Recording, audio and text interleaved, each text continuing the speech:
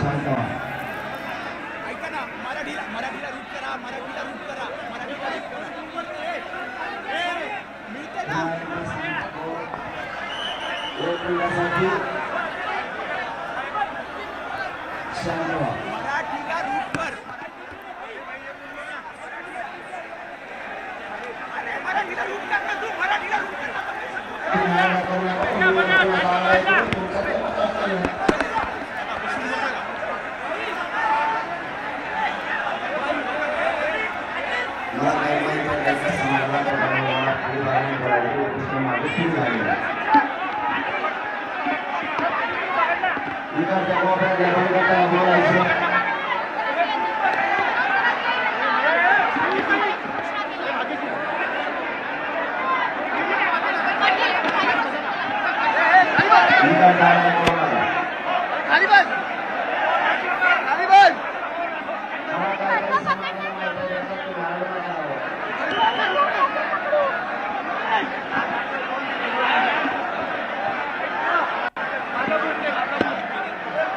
समाजाच्या पोरानं पुन्हा एकदा सांगतो शांत व्हा. भाग्यश्री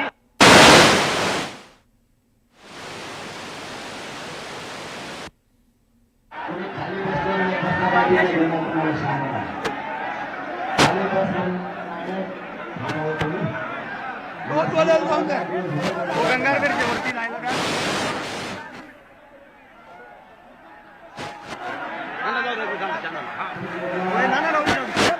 चप्पल काढे. हा गंगाधरजीच बोलायचे एकच काळ्या कपड्यावाले लोक तुम्ही जास्त बोपाटा करता.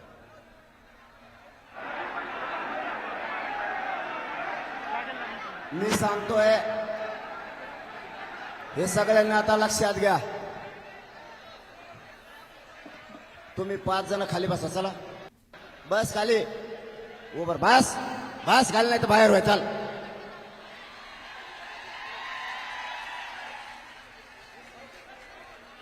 मला तर तुमच्या येणे बघता सुद्धा आहे ना हो. इकडं बघताय आणि इकडं बघताय.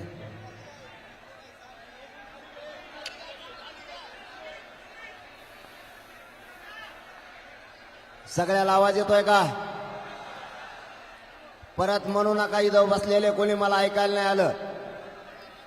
पुन्हा एकदा विचारतो, आवाज सगळ्याला येतोय का? आपलं आमरण उपोषण 10 वाजल्यापासून सुरू झालं. तुम्हाला मला एक महत्वाची माहिती द्यायची. आपण समाजाला न्याय देण्यासाठी इथं आलं हे कोणी विसरू नका. नुसत्या गडबड गोंधळात समाजाचं वाटोळं करू नका.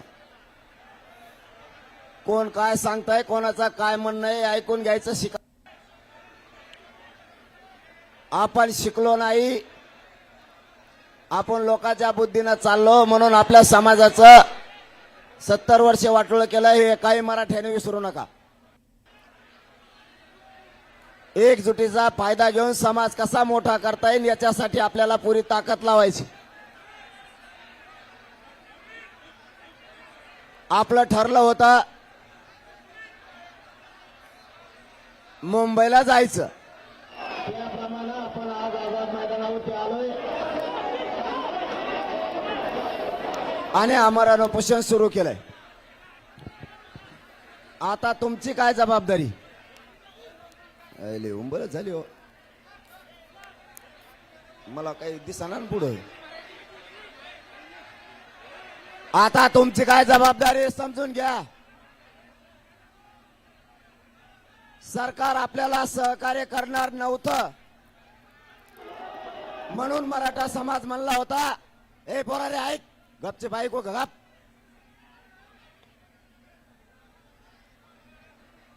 गपचूप उभा आहे. सरकार आपलं ऐकत नव्हतं, आपल्याला सहकार्य करत नव्हतं म्हणून करोडो मराठ्यांनी घराघरातून ठरवलं होतं मुंबईला जायचं आणि मुंबई जाम करायची. आता एक गोष्ट लक्षात ठेवा, सरकार सहकार्य करणार नव्हतं म्हणून मराठे मुंबईला येणार होते आणि जाम पण करणार होते आणि केली पण. आता आपल्याला सरकारनं सहकार्य केलंय. मी काय बोलतोय लक्षात ठेवा. सरकारने सहकार्य केलंय, परवानगी दिली, त्याबद्दल आपण काल परवा सरकारचं कौतुकही मोठ्या मनाने केलं. पण आता सरकारने सहकार्य केलं म्हणल्याच्या नंतर आता तुम्हाला पण सहकार्य करायचंय. पोलीस बांधव बोलायचे.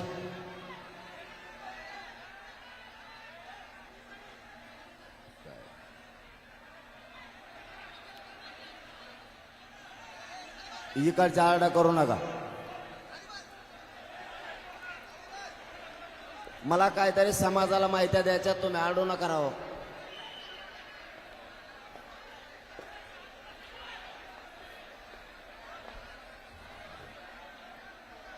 समाजाच्या पोरानं पुन्हा एकदा सांगतो, शांत व्हा.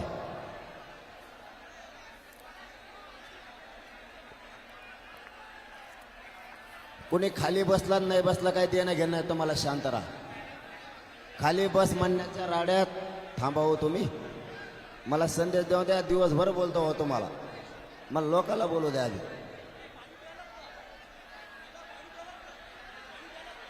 तुम्ही कोणाला ए पोरा ए काळे कपडे कशाला खाली बस म्हणतो रे, गप्प उभा आहे. गोंधळ घालतो उगाच कामान धामाचं. हे काळ्या कपड्यावलेच मोगम तुम्ही जास्त बोपाटा करता.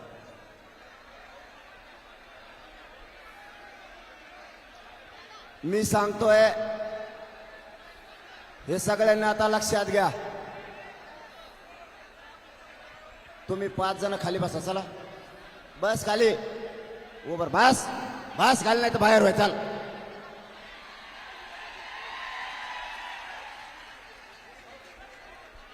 मला तर तुमच्या येणे बघता सुद्धा आहे ना हो. इकडे बघताय ना इकडे बघताय.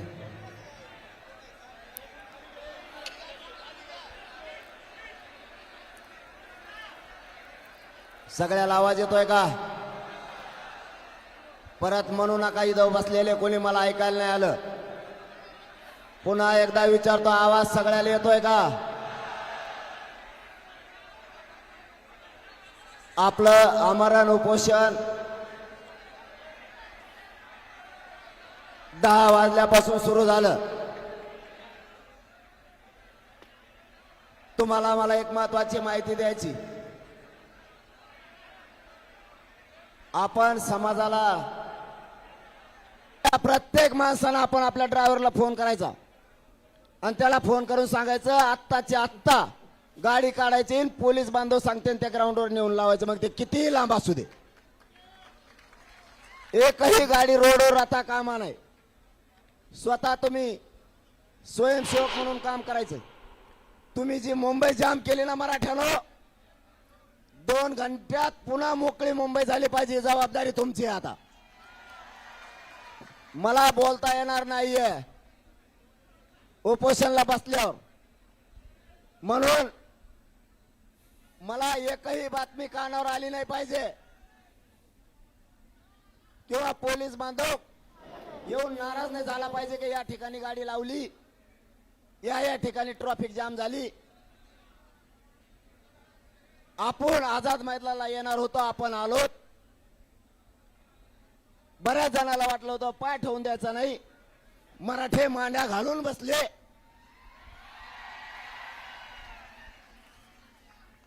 त्याच्यामुळं सरकार पुढचंही सहकार्य आपल्याला परवानगीचं देईल, मान्य न्यायदेवता देईल. सरकारच्या हातात हे परवानगी देणं. सरकारकडे आपण अर्ज केलाय. वाटल्यास पुन्हा आता थोड्या वेळाने आणखीन अर्ज आपण करू. एक महत्वाची माहिती द्यायची. आपण समाजाला न्याय मिळवून देण्यासाठी इथं आलोय हे कोणी विसरू नका. नुसत्या गडबड गोंधळात समाजाचं वाटोळं करू नका. कोण काय सांगताय, कोणाचा काय म्हणणं आहे ऐकून घ्यायचं शिका. आपण शिकलो नाही, आपण लोकांच्या बुद्धीनं चाललो म्हणून आपल्या समाजाचं 70 वर्षे वाटोळं केलं हे काही मराठ्याने विसरू नका. एकजुटीचा फायदा घेऊन समाज कसा मोठा करता येईल याच्यासाठी आपल्याला पुरी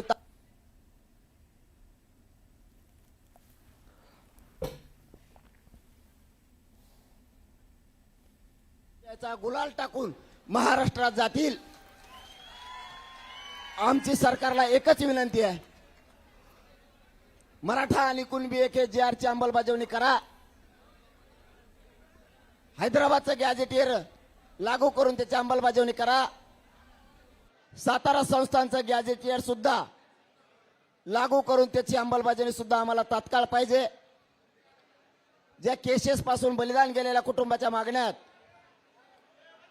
या सगळ्या मागण्याची अंमलबजावणी होस तर मी मुंबई सोडणार नाही, ही मराठ्यांना शब्द देतो. आताही मला सरकारनं गोळ्या जरी घातल्या तरी मी बलिदान द्यायला तयार आहे, पण मागं हटायला तयार नाही, हा शब्द आहे माझा तुम्हाला. मी या समाजासाठी मैदानात येऊन वीरमरण पत्करायला तयार आहे, पण हटायला तयार नाहीये. तुमची फक्त जबाबदारी तुम्ही पार पाडायची. माझ्या मराठ्याचे मान खाली होईन असं एक काही इथले आंदोलक मराठ्याने वागायचं नाही. मोठं आपल्याला आपल्या जातीला करायचंय, मोठं आपल्या लेकरा बाळाला आपल्याला करायचंय. एखादा राजकीय कार्यकर्ता येऊन हट्ट धरील, मला तिकडेच गाडी न्यायची, सरकारने सहकार्य नाही केल्यावर मग तो हट्ट असतो आम्हाला तिकडेच जायचं. सरकार सहकार्य करताय तर मग आपणही सहकार्य करायचं. दारू कुणी प्यायची नाही, दारू पिऊन गाड्या कुंकड घालू नका. माया कानावर वाईट गोष्ट आली नाही पाहिजे. पुन्हा तो शब्द वापरतोय, माझ्या समाजाला खाली मान घालावं लागण्याचं एक पाऊल उचलायचं नाही. मराठ्यांना विजय दिल्याशिवाय आणि डोक्यावर गुलाल टाकल्याशिवाय इथून हलायचं सुद्धा नाही. पण मराठ्यांची मान खाली होईल असं एकही पाऊल मराठ्याच्या पोराने उचलायचं नाही. माय बापा हो, सगळं कुटुंब सोडून तुमच्यासाठी लढतोय. मी या समाजाला कुटुंब मानलंय. मग तुम्ही जर माझ्या कुटुंबातलेत, मी जर तुमच्या कुटुंबातला आहे, माझा शब्द खाली पडू द्यायचा नाही, कारण मी तुमचा खाली पडू देत नाही. माझं कुटुंब त्याची उभी राख रांगोळी झाली तरी चालल, पण या समाजाचं मला वाटोळं होऊ द्यायचं नाही. म्हणून कुणाला बोलायला संधी द्यायची नाही, घाई गडबड गोंधळ करायचा नाही. जे ग्राउंड दिलंय, तुम्ही टेन्शन कधी घ्यायचं होतं? मी जर आझाद मैदानाला नसतो तर. आता मी आझाद मैदानाला म्हणल्याच्या नंतर तुम्ही इथून 50 किलोमीटरवर बिनधास्त झोपा. तुम्ही म्हणायचं आपला पठ्या तिथं झोपलेला, आम्हाला काय टेन्शन नाही. आणि अशी अवलाद आहे, मॅनेज होत नाही, टेन्शन घेऊ नका तुम्ही. शेवटी येऊन आलं तर मरण येईल, मी भोगायला तयार आहे. पण तुम्हाला इथून रेल्वेच्या ठिकाणी पार्किंग दिल्यात, 5 रुपयात 10 रुपयात तुम्ही आझाद मैदानावर येता. बिनधास्त गाड्या लावायच्या, रेल्वेने यायचं जायचं, संध्याकाळी रेटून जेवायचं आणि त्या गाडीत झोपायचं. कारण इकडे पाऊस अचानक येतो आणि अचानक जातो, त्याच्यामुळं तुम्हाला शरीरात सुद्धा त्रास झाला नाही पाहिजे याची काळजी घ्या. हे का बोबारा रे, चाल. काही झालं, माझ्या समाजाला किंमत द्या. पुन्हा एकदा सांगतो, समाजाने खूप विश्वासानं आपल्याला 500 किलोमीटर पाठवलंय. समाज मिनिटाला आपली खबर घेतोय. समाजाला आशा आहे, लढायला गेलेले पोरं आमच्या लेकराला विजय घेऊन येतील. म्हणून तुमच्या डोक्यात फक्त विजय ठेवा, गोंधळ गडबड नाही, गाड्या हवेवर लावायच्या नाही. पार्किंग मध्ये ठेवायच्या पार्किंगच्या ठिकाणी सुद्धा त्या अधिकृत पार्किंग आहेत, बरोबर का? कुठे आहेत आपले बलकवडी साहेब? कुठे आहेत? अधिकृत आहेत ना? अधिकृत पार्किंग आहेत. त्याच्यामुळे तुम्हाला काही ताण यायची गरज नाही. तिथं पोलीस बांधव सुद्धा गाड्याचं रक्षण करतील. मुंबईकराला त्रास झाला नाही पाहिजे, ही जबाबदारी आपली आहे. महाराष्ट्रातून येणाऱ्या बांधवांनी रेल्वेला जरी आले 5 मिनिटाच्या अंतरावर आझाद मैदान आहे. आणि तुम्ही जरी तुमची पार्किंग इथंच जवळ कुठं असेल 5-5 किलोमीटरवर, 10-20 किलोमीटरवर लय झालं तर 30 किलोमीटर बस का? आता 2 किलोमीटर फक्त. अरे बाबा साहेब, आम्ही त्याच्यापेक्षा लांब धरतो, जाऊ द्या तिकडे. बरं वाशी तो वाशी. हा अरे वाशी जाऊन झोपा काही जण सकाळी. हो जमान ना. हा काही जण वाशी झोपा सकाळी निघाले इकडे रेटून खाल्लं की. फक्त त्रास मुंबईकरांना द्यायचा कोणी नाही. मला आता मी उपोषण सुरू झालंय 10ला. मला बोलणं सुद्धा चालत नाही, पण ही शब्द जरा हिताचा होता समाजाच्या. या समाजाला आडमुठं समजू नये. आपलं काम होतं सरकारने सहकार्य नाही केल्यावर मुंबई जाम करणं, आणि या बादर पठ्ठ्याने करून दाखवले मराठ्याच्या पोरायने. आता त्यांनी सहकार्य केलं. आता आपण पूर्ण मुंबई 1 ते 2 घंट्याच्या आत मोकळी झाली पाहिजे, अशा पटापट मनाने गाड्या काढून घ्यायच्या. आणि पार्किंगच्या ठिकाणी पोलिसाला विचारायचं, पार्किंग साहेब कुठे? पोलिस म्हणले पाहिजे चायला पहिल्यांदा बाजूला घेमत होतो तर तेच उभा करून तिकडे गेला, आणि आता पार्किंग विचारतो साहेब कुठे? इतकं सहकार्य करायचं. सरकार आडमुठ्या शिरल्यावर मग पुढचा बघू आपण काय करायचं. त्याचं टेन्शन तुम्ही नका घेऊ, मी आहे ना. म्हणून पुन्हा एकदा सांगतो, सगळ्यांनी शांततेत यायचंय जायचंय. ज्यांना गावाकडे जायचं 29ला वाटा लावायला येणार होते त्यांनी वापस जा. काही आणखीन वाशीपाशी जाम आहेत असं कळालंय फोनवर. तिकडंच येत पोट्टे, आणखीन 10-5 लाख लोक तिकडेच येत. आणखी ज्यांना वापस जायचं ते वापस जा.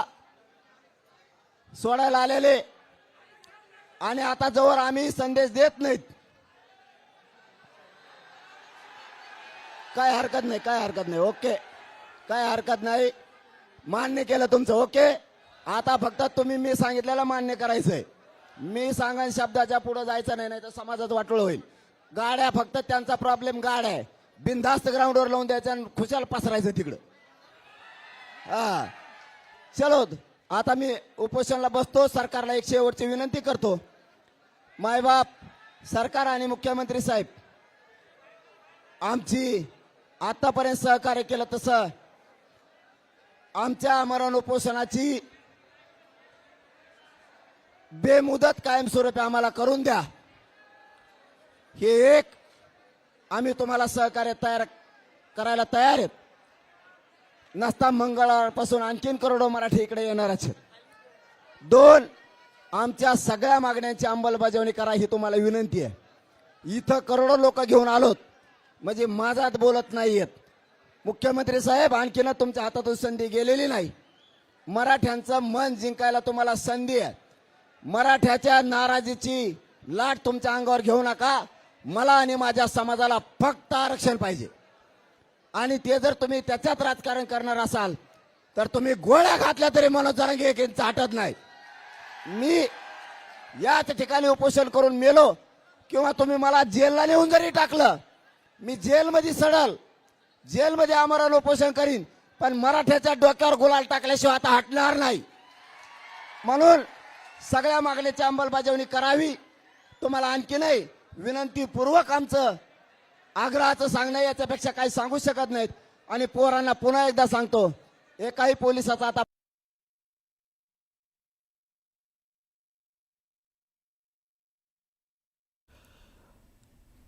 तर मनोज जरांगे पाटील यांनी सगळ्या आंदोलकांना, कार्यकर्त्यांना सूचना केलेल्या आहेत. काही महत्त्वाच्या सूचना दिलेल्या आहेत.